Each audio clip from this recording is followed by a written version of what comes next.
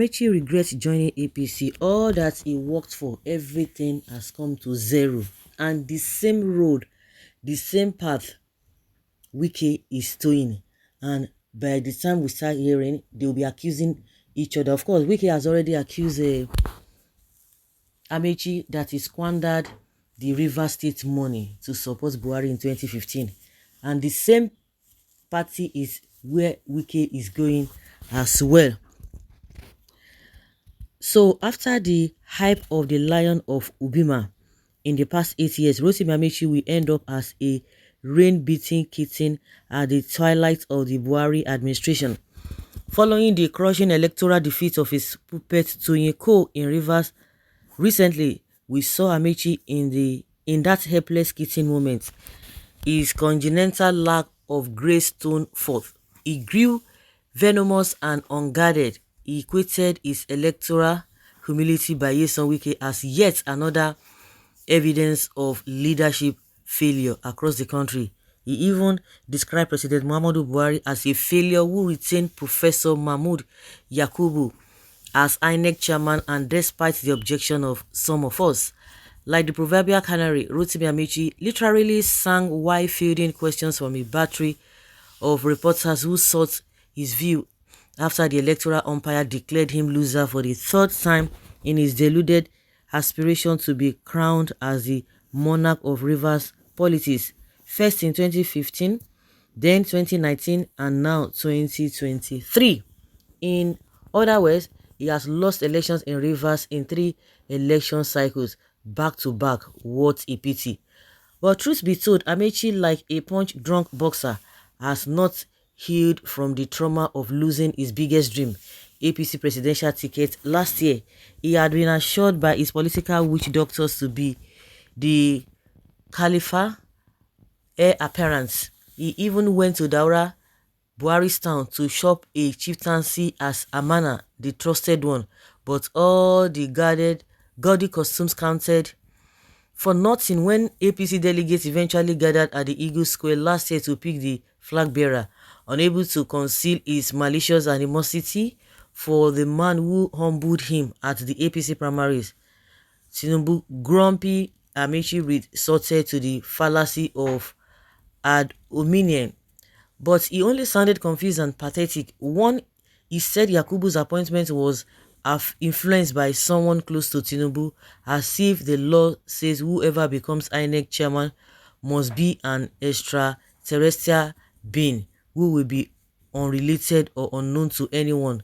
But it is a cheap lie by a frustrated man. In any case, the same Yakubu was INEC chairman in 2019 when Amechi, as super transport minister, appointed himself the director general of Buhari campaign. So why didn't Amechi object then, if truly he is a principled man he wants us to see now? It is an antic of a conflicted man. Of course, those who win on the diet of iniquity are often the ones who view others by the low standard they were nurtured. Amechi thinks everyone is like him, who operates in a universe of low ethics. Toyin, the man he was packaging to become Rivers governor in 2023, is widely known to be his business partner. Already Wike is haunting both of them for sundering sins. Once upon a time, Rivers owned a gas turbine. It was built by Dr. Peter Odili, like the biblical prodigal child, what the Yoruba call akotileta or Omo Nokuno. Amechi allegedly sold the state assets for a whopping $370 million to Sahara Energy, owned by Toyin towards the end of his second term. But Wike claims what was left in the state account he met in 2015 was only a little over mere $100,000. This is just one of the grave charges preferred against Amechi and Co. before a Rivers court in an ongoing suit. Now, in Amechi's worldview, that Yakubu worked as executive secretary of Theft Fund when Wike was Minister of State Education was enough reason to suspect him of bias for Rivers PDP against his anointed in APC colors. But we wait a minute. But wait a minute. Tinubu is APC. So is Amechi also suggesting that Yakubu is promiscuous, bedding PDP and APC concurrently? Of course, that is the logic of a confused man. That Amechi has suddenly turned against Buhari, the man who was generous to him by allocating him a juicy portfolio for several uninterrupted years, did not come as a surprise to those who have followed his career as government speaking in the last 24 years. He suffers from what psychologists call entitlement mentality. The same Buhari he now abuses recklessly had also indulged him by turning a blind eye when Amechi went around Rivers State for 7 years as transport with truckloads of soldiers bigger than the contingent a presidential travels with. Well, maybe his anger started when Buhari refused to grant his prayers as to return as transport minister after he lost at the APC presidential primaries in June 2022. The story is told that he desperately begged for a reappointment, but in vain did he grovel. In Buhari's first term, Amechi virtually hijacked all the key positions zoned to the south-south. He handpicked NDDC chairman, heads of NIMASA and MPA. He obviously expected to inherit the presidency after Buhari. As we know, when spoilt brats don't get what covet, they instinctively resort to tantrums. After May 29, Buhari should brace up for worse invectives from the spoilt upstart from Ubima. Here is a guy who has not done anything else in life other than contesting elections and growing a big tummy from public trough. He did even worse to the man who gave him a hand start early in life, Peter Odili. For the 8 years he was imperial governor of Rivers State, Amechi humiliated his SY godfather, creating a hostile climate that banished Odili to virtual exile in Abuja throughout. Yet the same man had supported him through the Rivers University and gave him his first job as admin officer at a Pamo clinic, Port Harcourt.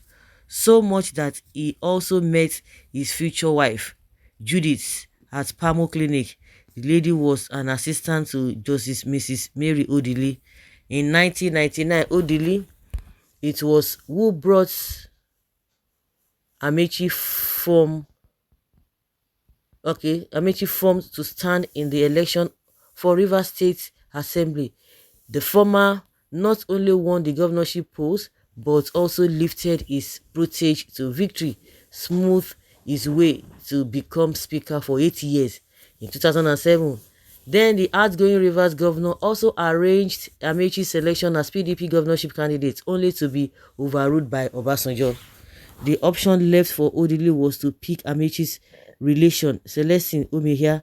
Odili had naively assumed that would serve as consolation to his beloved boy, since Obasanjo literally held the yam and the knife as PDP's Alpha and Omega. Well, maybe Odili's crime was his ignorance of an existing family feud between Amechi and Omehia, his cousin. As speaker, the Lion of Ubima had allegedly caused the arrest and detention of Umea's dad. The old man didn't survive the trauma of detention as he died shortly afterwards. Who dared offend the almighty speaker again? So making Umea candidate was too much for a slight for Amechi to bear. Nothing had been forgotten, nothing forgiven, no mercy. In one word, Amechi would not be mollified by the Umea substitution. Once he managed to get the Supreme Court to award him Rivers governorship on October 25th, 2007, even though he didn't campaign or vote in the election, he launched a vicious reprisal against Odili. But come 2015, karma dramatically appeared at Amechi's doorsteps in Wike's image. While he was Rivers governor for 8 years, egoistic Amechi behaved like Hitler to those around him. His SSG, Magnus Abe, was humiliated right in his home When rumors started swirling that the letter was nursing a 2015 ambition, according to Abe himself, Amechi stormed his home one night and growled at him, "You can't be governor," right before his Abe's wife. His overbearing attitude also drove Wike, his chief of staff, to the bosom of President Goodluck Jonathan, who made him minister and thus afforded him an escape to Abuja in 2010.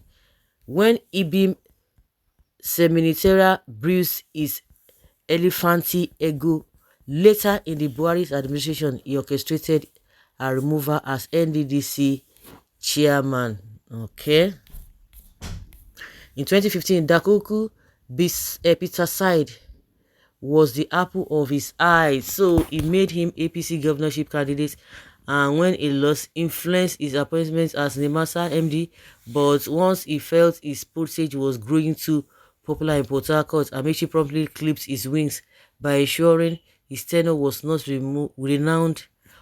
renewed in 2019. As for the governorship, he had found a new lackey in Toyeko, an Igbo singing ghost horse, whose palm kernel was cracked by benevolent gods should not forget to be humble. Indeed, before fortune smiled on him, in 1999, Amechi was a nameless guy in Rivers, while his star shone. He was full of arrogance. Sadly, 24 years later, the SY roaring lion of Ubima is now castrated politically and seems fated to fall down to political wilderness. A big lesson for others. Forget, they will never learn. They will never learn. God is not a man. He thought taking Rivers State money to fund Buhari election will take him somewhere. The prayers of the Rivers people will not go in vain. Even this one, we don't start his own. You go see here when Wiki. Now so all of them be now so all of them be because we have a system that is faulty. So guys, let's hear your opinion, Jerry.